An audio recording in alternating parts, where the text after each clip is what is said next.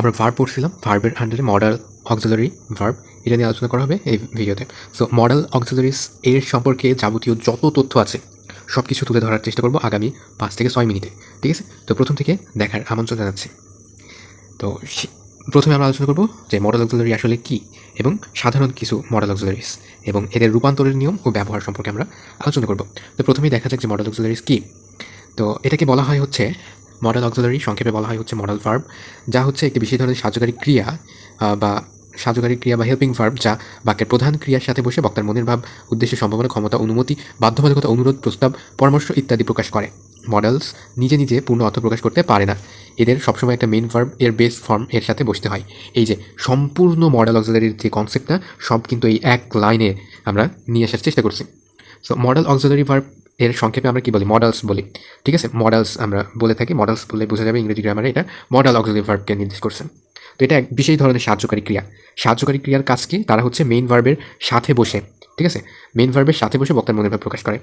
তো যখন বাক্যে দুইটা ভার্ব থাকবে, একটা হচ্ছে মেইন ভার্ব আর আরেকটা হচ্ছে সাহায্যকারী ভার্ব, তো ওই দুইটার ভিতরে একটা হবে মেইন ভার্ব এবং একটা হবে সাহায্যকারী ভার্ব। তো এই যে মডেল অক্সিলারিটা, এরা নিজে নিজে বসে কিন্তু অর্থ প্রকাশ করতে পারে না, ঠিক আছে? এদের সবসময় একটা মেইন ভার্বের বেস ফর্মে বসতে হয়। আমরা সামনে উদাহরণে দেখব, ঠিক আছে? তো এইটার জন্য কী কী লাগে? মনের ভাব প্রকাশ করার উদ্দেশ্য বোঝায়, সম্ভাবনা বোঝায়, ক্ষমতা বোঝায়। তো কোনটা দিয়ে, কোন মডেল অক্সিলারি দিয়ে কী বোঝায়, সব কিছু আমরা সামনে আলোচনা করব।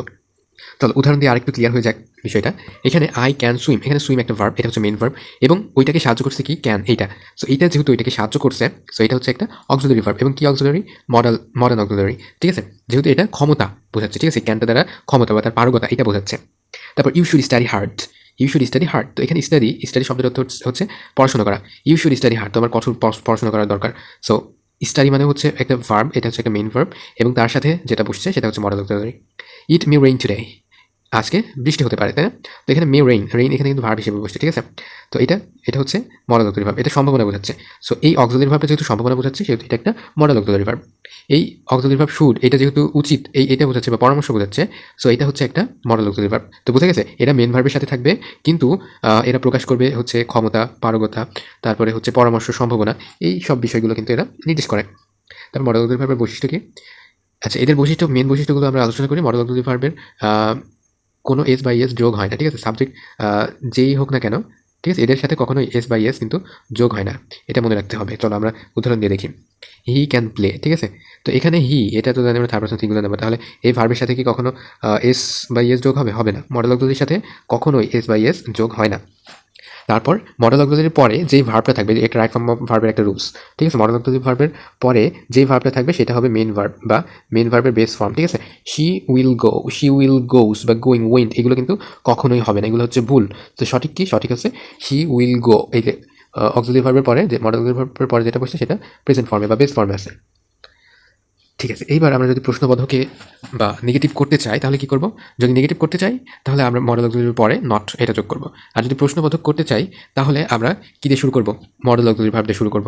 এবং নেগেটিভ করতে চাইলে আমরা মডেল অক্সিলারির পরে নট লাগাবো। তো বোঝা গেছে কথাটা? আমরা মডেল অক্সিলারি সহ যে ভার্ব বাক্যটা, সেটাকে প্রশ্নবোধক বানাতে হলে আমরা মডেল অক্সিলারিকে সামনে নিয়ে আসবো এবং বাদবাকিগুলো তাদের মতো থাকবে।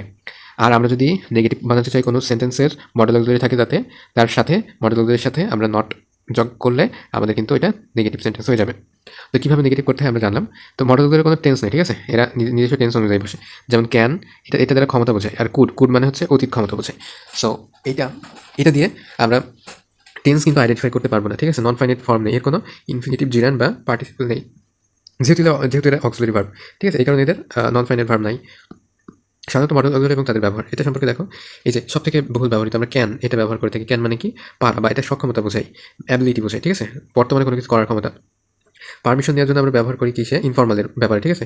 এটা আমরা পারমিশন দেওয়ার সময় ক্যান ব্যবহার করি, can I do this, can I come in, ঠিক আছে? তো এটা কিন্তু ইনফর্মাল, ঠিক আছে? Informal.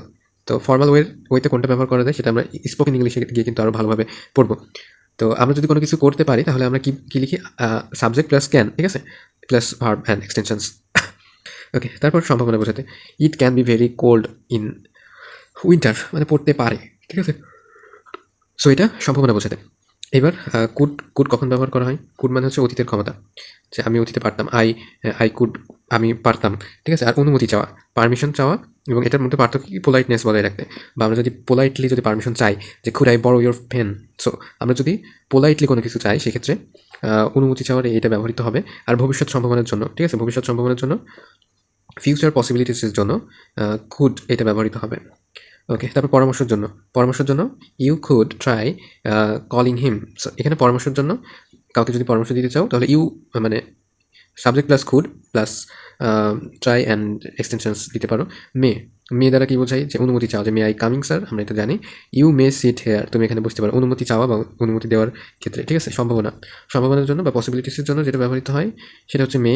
It may be true, এটা সত্য হতে পারে, একটা সম্ভাবনা আছে। It may be rain today, তো এটা একটা সম্ভাবনা বোঝাচ্ছে। It may visit, she may visit us next week, সে এটা একটা সম্ভাবনা বোঝাচ্ছে। মাইট দ্বারা কি বোঝায়? মাইট দ্বারা বোঝাই হচ্ছে ক্ষীয় সম্ভাবনা। ক্ষীণ সম্ভাবনা বলতে বোঝাই হচ্ছে মেয়ের থেকে কম যদি সম্ভাবনা থাকে, ঠিক আছে। ইট মাইট রেইন লেটার, পরে বৃষ্টি হলেও হতে পারে।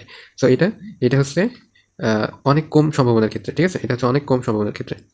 তারপর অনুমতির ক্ষেত্রে কি বোঝায়? Might I make a suggestion, ঠিক আছে। লেস কমন, এটা কিন্তু খুব একটা কমন না, এটা পোলাইটলি, ঠিক আছে, কিন্তু এই মাইট দিয়ে অনুমতি চাওয়া এটা কমন ইউজেসের ভিতরে না। বুঝছি, আচ্ছা। তারপর দেখা যাক শ্যাল দিয়ে কি বোঝাই? কোনো ফিউচার বোঝাতে, ঠিক আছে। ফার্স্ট পার্সনের ক্ষেত্রে শ্যাল ব্যবহৃত হয়। তারপর প্রস্তাব বোঝাতে শ্যাল ব্যবহৃত হয়।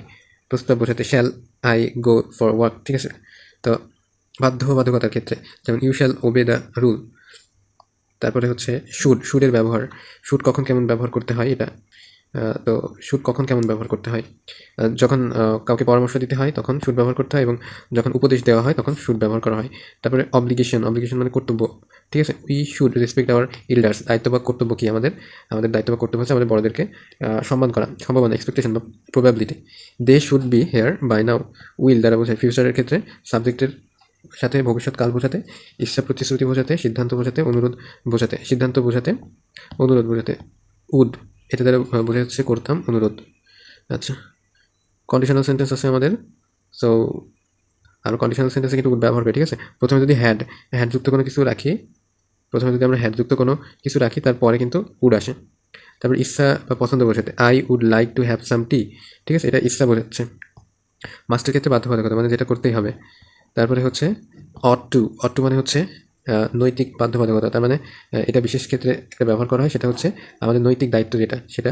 ইউজ টু মানে হচ্ছে অতীতের অভ্যাস বোঝাতে যেটা ব্যবহার করা হয়, তার মানে অতীতে এক সময় আগে করা হতো এমন কিছু। I use to play cricket every day, আমি আগে সবসময় কী করতাম? প্রতিদিন খেলা করতাম। আচ্ছা, এগুলোর পরিবর্তন কোথায় কীভাবে করতে হবে সেটা আমরা দেখব। তো অ্যাক্টিভ থেকে প্যাসিভের সময় কী করতে হয় সেটা আমরা প্যাসিভের ক্ষেত্রে আমরা দেখব। সাবজেক্ট হয়ে যাবে কি অবজেক্ট হয়ে যাবে সাবজেক্ট। তারপরে একটা মডাল ভার্বের সাথে বি আসবে, এবং বির পরে গিয়ে হবে ভিত্রি, ঠিক আছে। তারপরে আমরা ন্যারেশনের ক্ষেত্রে দেখবো ডাইরেক্ট স্পিচ টু ইনডাইরেক্ট স্পিচের রূপান্তরের সময় ক্যান কিন্তু কুড হয়ে যায়, ঠিক আছে। মে মাইট হয়ে যায়, উইল উড হয়ে যায়, শ্যাল শুড হয়ে যায়, মাস্ট হ্যাড টু হয়ে যায়, ক্যান উড শুড মাইট এগুলো সবই কী হয়ে যায়? কুড হয়ে যায়, ঠিক আছে। বা যেরকম রূপ থাকে তাদের সেটাই কিন্তু অব্যাহত থাকে। তাই হোক বোঝা গেছে যে মডাল অক্সিলারি কী, কত ধরনের হতে পারে, এবং তাদের ব্যবহার কোনটা কোথায়। এইগুলো আমরা স্পোকেনে খুব বেশি ভালো করে পড়বো, এই কারণে এখন কোনো রকম জাস্ট ধারণা দেওয়া।